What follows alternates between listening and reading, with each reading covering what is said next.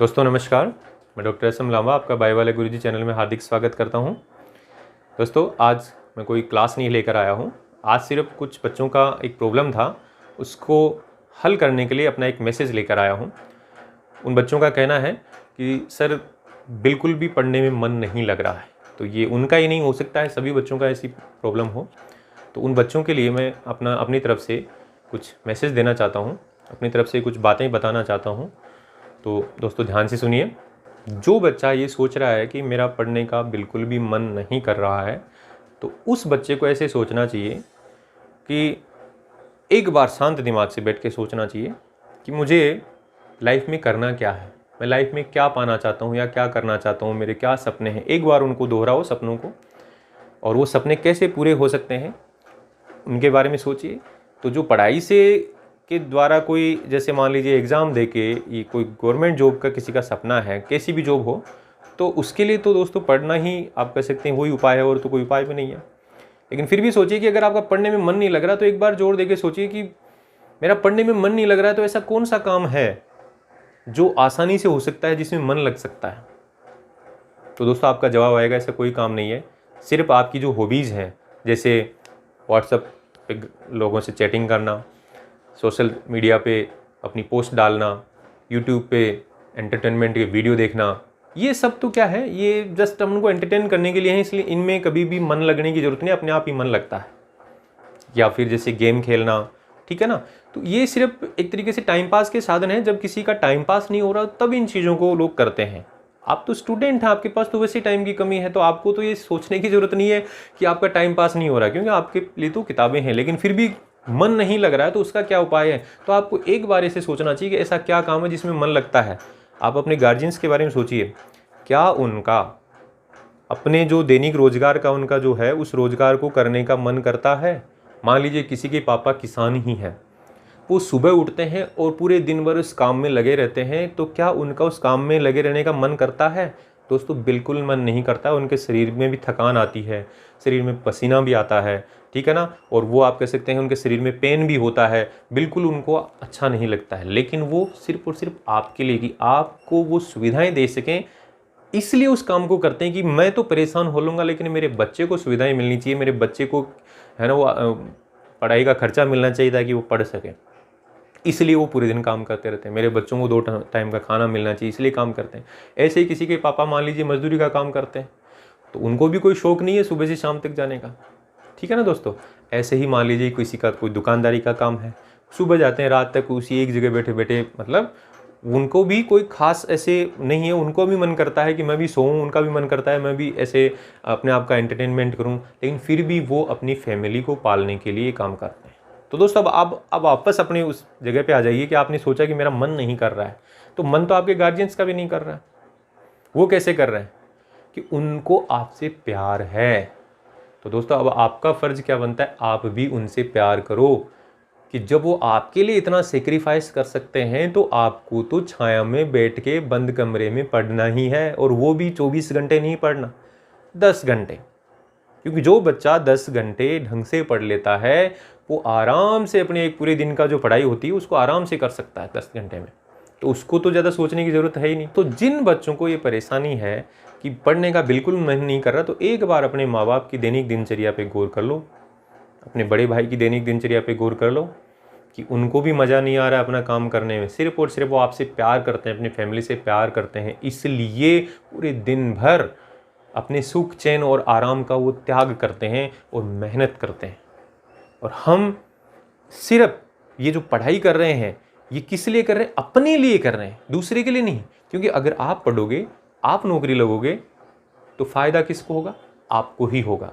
आपके गार्जियन, आपके mummy papa सिर्फ वो खुश होंगे कि मेरा बेटा जो है वो मेरी तरह परेशान नहीं होगा, उसको एक जॉब मिल गया है, तो उसको देख के खुश होंगे। बाकी उनको ज़्यादा बेनिफिट नहीं होने वाला, बेनिफिट आपको होने वाला है। क्योंकि अगर आप नौकरी नहीं लगोगे तो जो परेशानियाँ आप झेलोगे ना, वो आपको बहुत ज़्यादा परेशान कर देंगी।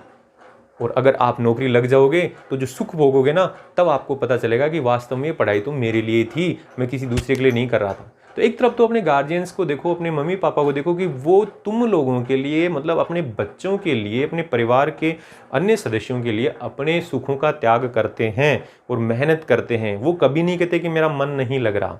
और आप एक तरफ हो कि अपने खुद के लिए ही जो काम कर रहे हो उसी में कह रहे हो मेरा मन नहीं लग रहा, तो ये तो दोस्तों मतलब एक तरीके से कह सकते हैं एक जागृति वाली स्थिति नहीं है। कुल मिला के कह सकते हैं कि आप के अंदर जो भावनाएं नहीं हैं, क्योंकि आप अपने मम्मी पापा उनकी भावनाओं की कदर नहीं करते हो, वास्तव में उनसे आप प्रेम नहीं करते हो। अगर वास्तव में उनसे प्रेम करोगे तो उनकी मेहनत को देखकर, उनका जो सेक्रीफाइस को देखकर आप कभी भी ये नहीं सोचोगे कि मेरा मन नहीं करता।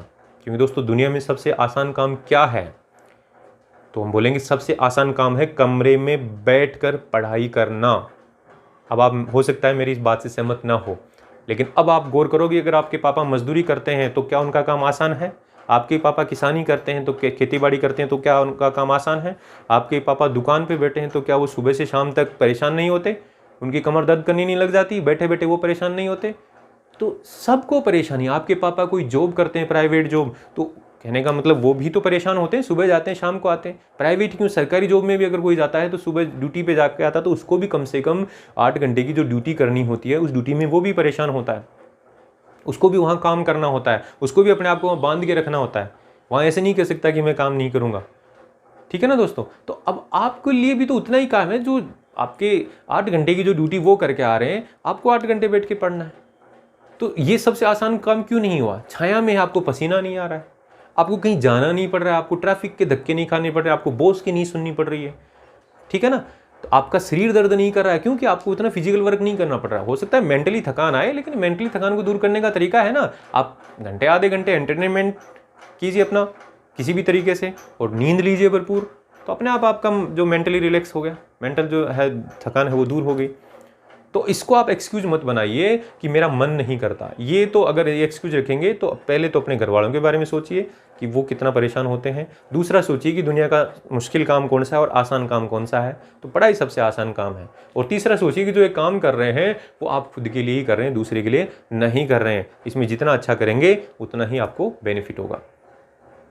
अब दोस्तों आप जब ये एक चीज़ और सोचो कि आपके जो क्लासमेट हैं या आपके जो बैचमेट हैं, जो साथ के हैं, जो वो भी तैयारी कर रहे हैं, हो सकता है वो इस समय पढ़ाई कर रहा हो और आपका मन ही नहीं कर रहा हो, तो वो तो आपसे आगे निकल जाएगा। तो एक बार सोच के देखो कि जिस दिन एग्ज़ाम हुआ और उस एग्ज़ाम के दिन जब रिज़ल्ट आया, तो रिज़ल्ट वाले दिन अगर मान लीजिए आपका सिलेक्शन नहीं हुआ और उसका हो गया, तो अब इसकी कल्पना कीजिए एक बार, उसका सिलेक्शन होगा, जो आपके साथ में पढ़ता था, आपके जितना ही इंटेलिजेंट था, लेकिन उसने घर पे रह के पढ़ाई अच्छे से की तो उसका सिलेक्शन हो गया।